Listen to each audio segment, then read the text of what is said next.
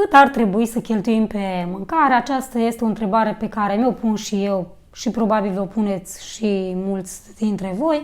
Dar înainte de a răspunde la această întrebare, trebuie să precizez un lucru important. Nu ar trebui să comparați bugetul vostru pentru alimente sau orice alt buget cu al cuiva, inclusiv cu bugetul meu. De ce vreau să precizez asta? Pentru că de-a lungul timpului am primit, o grămadă de comentarii legat de tema, de exemplu, eu merg la cumpărături cu 100 de euro pe săptămână pentru o familie de 4 persoane.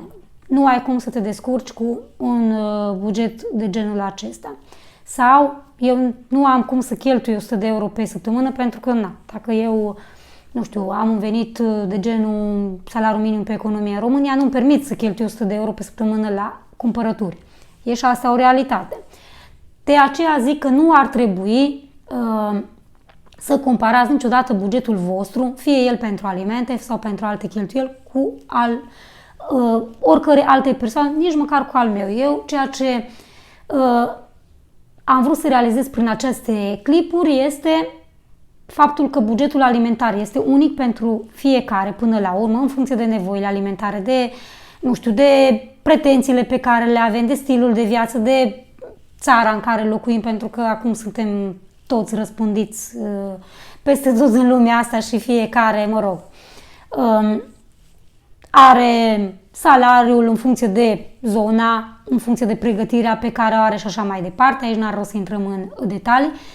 Dar scopul acestor clipuri este de a ne concentra fiecare asupra finanțelor personale și a cheltuielilor și să facem fiecare din noi ceea ce poate cu ceea ce are la îndemână și nu să stăm mereu să ne tot judecăm unii pe alții.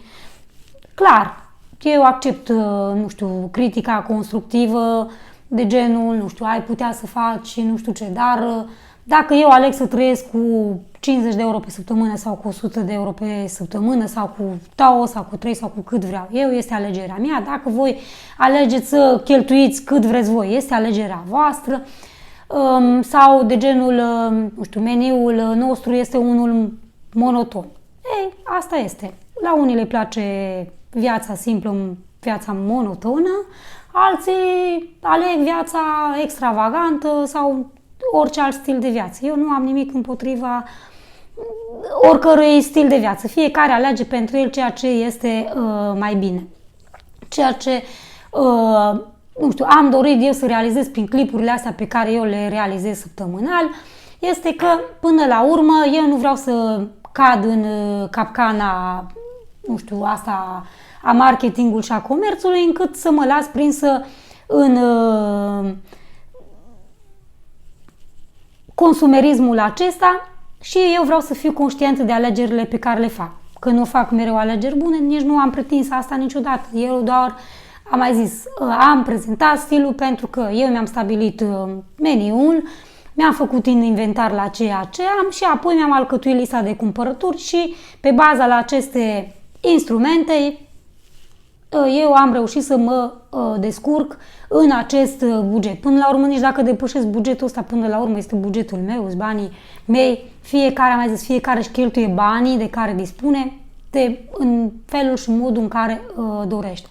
Chiar am ținut să precizez asta, pentru că de obicei eu nu apar să zic că comentariul care m-a deranjat sau așa, dar sunt atâția răutăți în jurul ăsta și sunt lucruri care chiar mă deranjează. Deci, până la urmă, dacă nu-ți convine ce prezint eu aici, nu te ține nimeni pe acest canal sau pe niciun alt canal. Avem, o gamă atât de largă unde te poți orienta. Nu-ți place anumit canal, la ce-ți prezint eu aici, nu te ține nimeni să stai aici. Deci poți să pleci, să te uiți, să-ți alegi ceva ce să se potrivește ție și stilul tău de viață. Nu e ceea ce cauți aici, nu ai locul aici. Deci până la urmă nu e nimic greșit în asta. Fiecare, se uită la ceva sau la cineva cu care rezonează. Nu e nimic greșit. Adică nu sunt absurdă, vai, ce prezint eu aici este wow, am descoperit America. Nu am descoperit nimic. Eu prezint doar ceea ce fac eu. Dacă pe tine te ajută cu ceva chestia asta, e ok să rămâi aici. Nu te ajută, nu-ți folosește la nimic, nu-ți pierde timpul cu mine. Adică, eu cel puțin așa consider. Eu îmi iau informații și mă uit la cineva la care îmi face plăcere, de unde cred că rezonez cu anumite persoane. Cu anumite persoane nu rezonez, nu mă uit. Fiecare își vede de viața lui mai departe, adică nu văd care ar fi problema.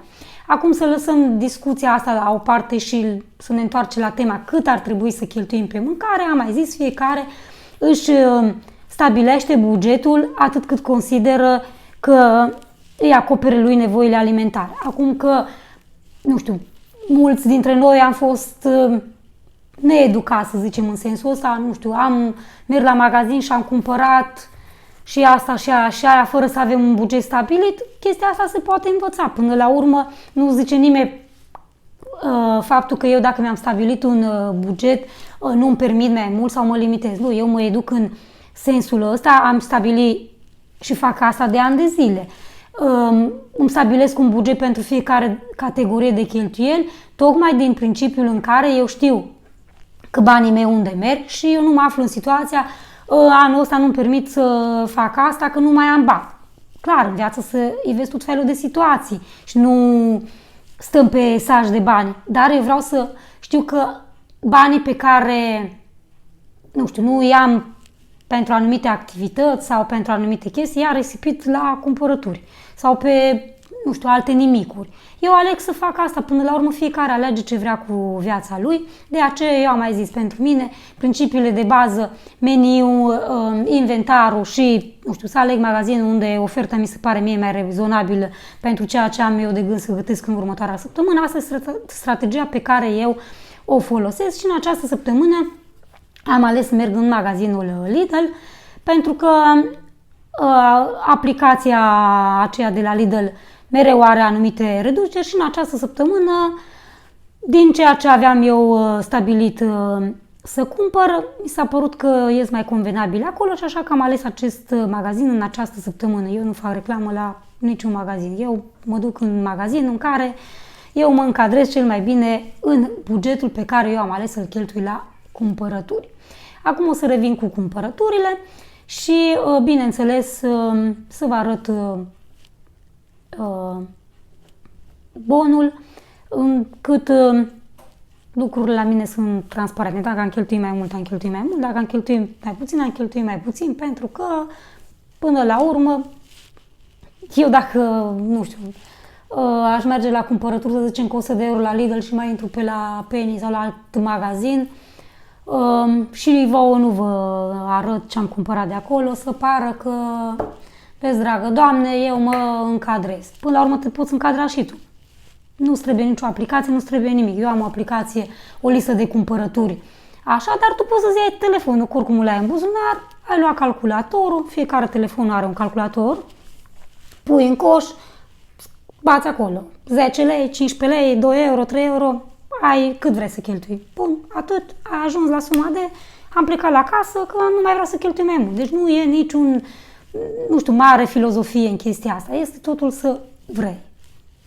Așa că am ținut să precizez și asta, pentru că, da, cu siguranță mai intru prin câteva magazine și, da, mai bag prin frigider și nu arăt tot aici. Până la urmă, nici nu trebuie să arăt.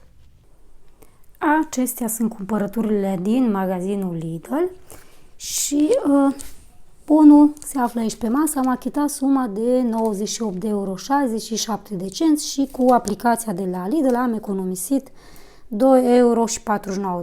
Nu e mare lucru, dar e ceva. Bani pe care eu i-am notat pe plic, după cum ziceam, pentru că așa îmi țin eu evidența. Și încep cu această legătură de ceapă, apoi am luat aici o salată iceberg, o legătură de ridichi, aici mai am o salată, un fel salat,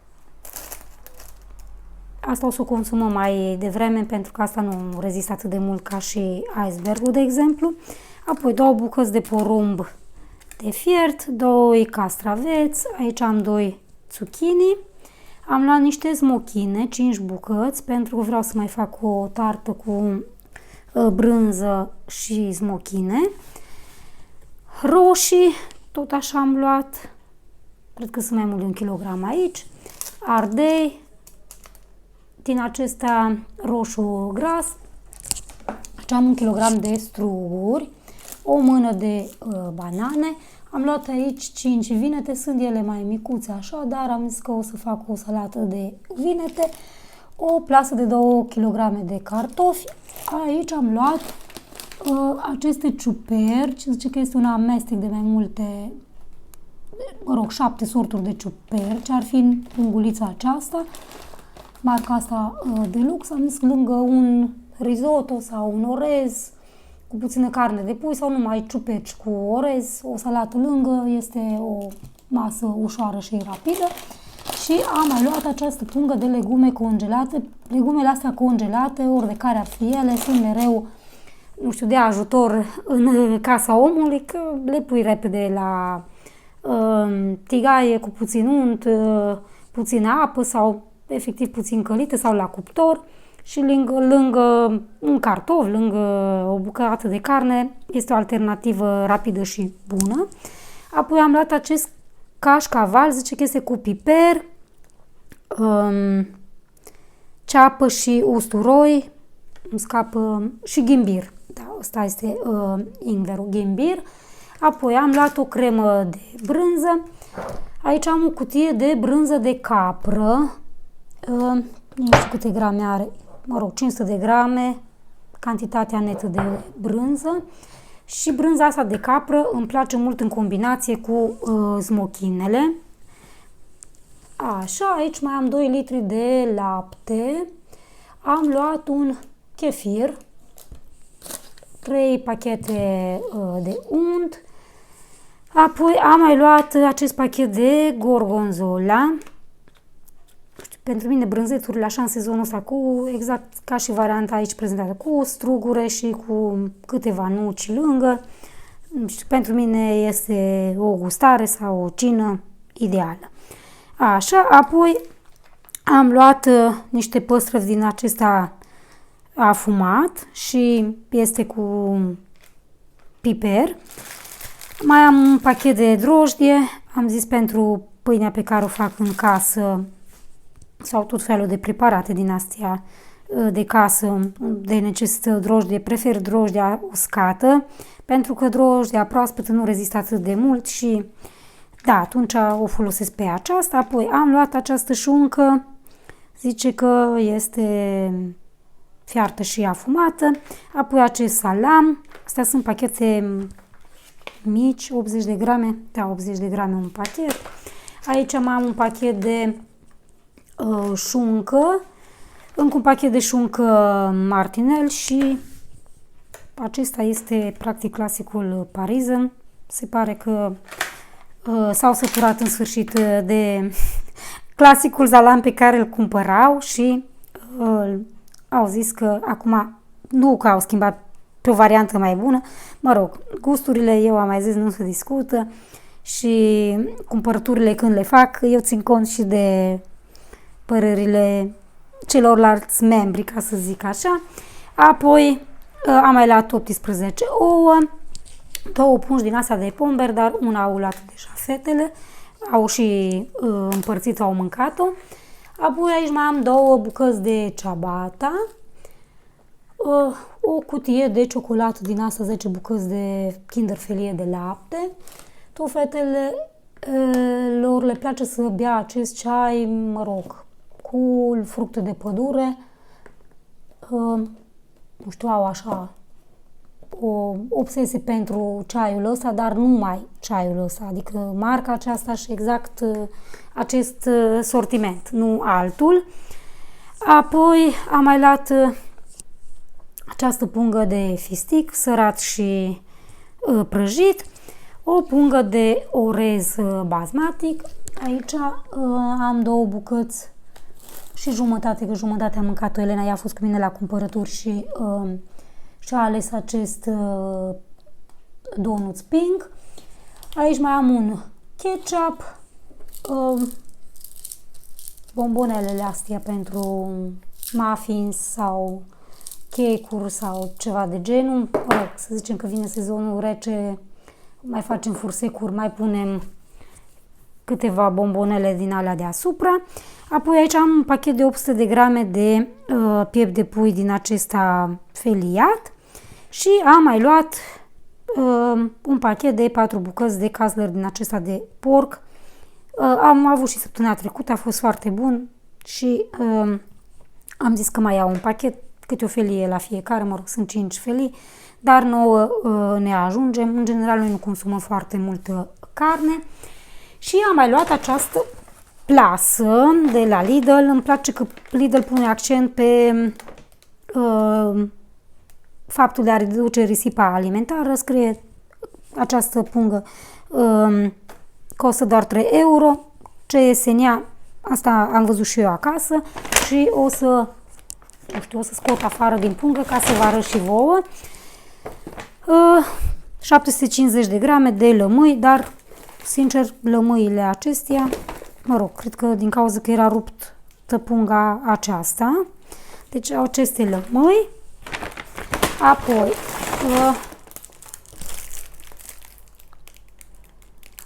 aceștia sunt niște cactuși.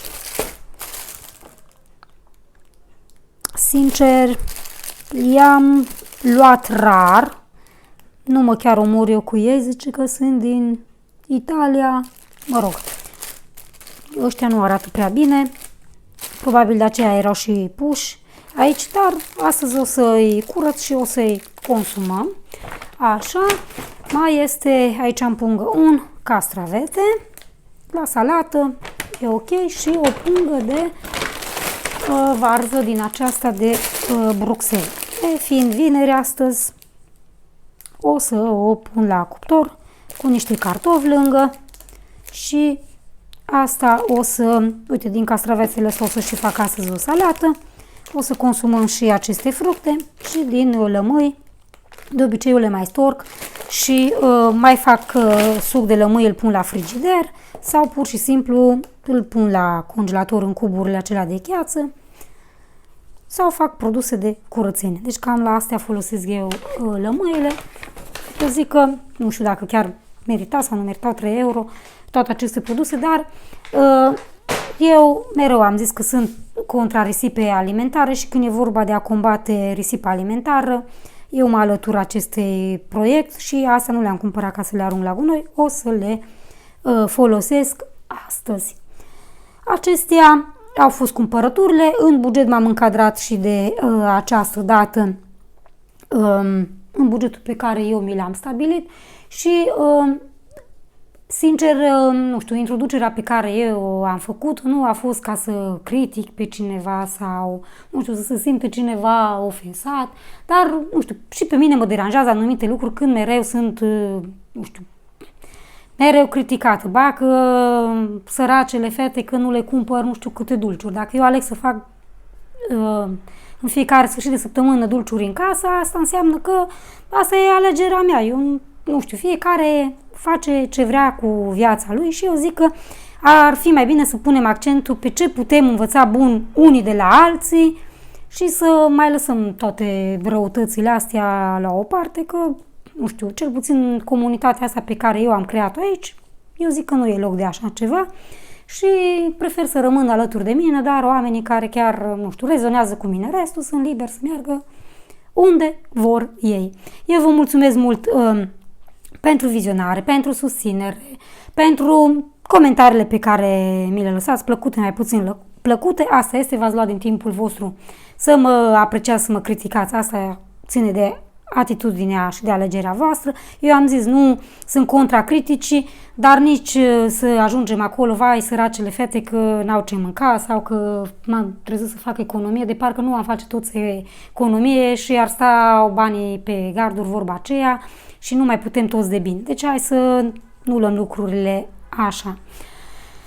Acestea fiind spuse, eu vă doresc numai bine, aveți grijă de voi, de bugetul vostru și până data viitoare să auzim numai de bine.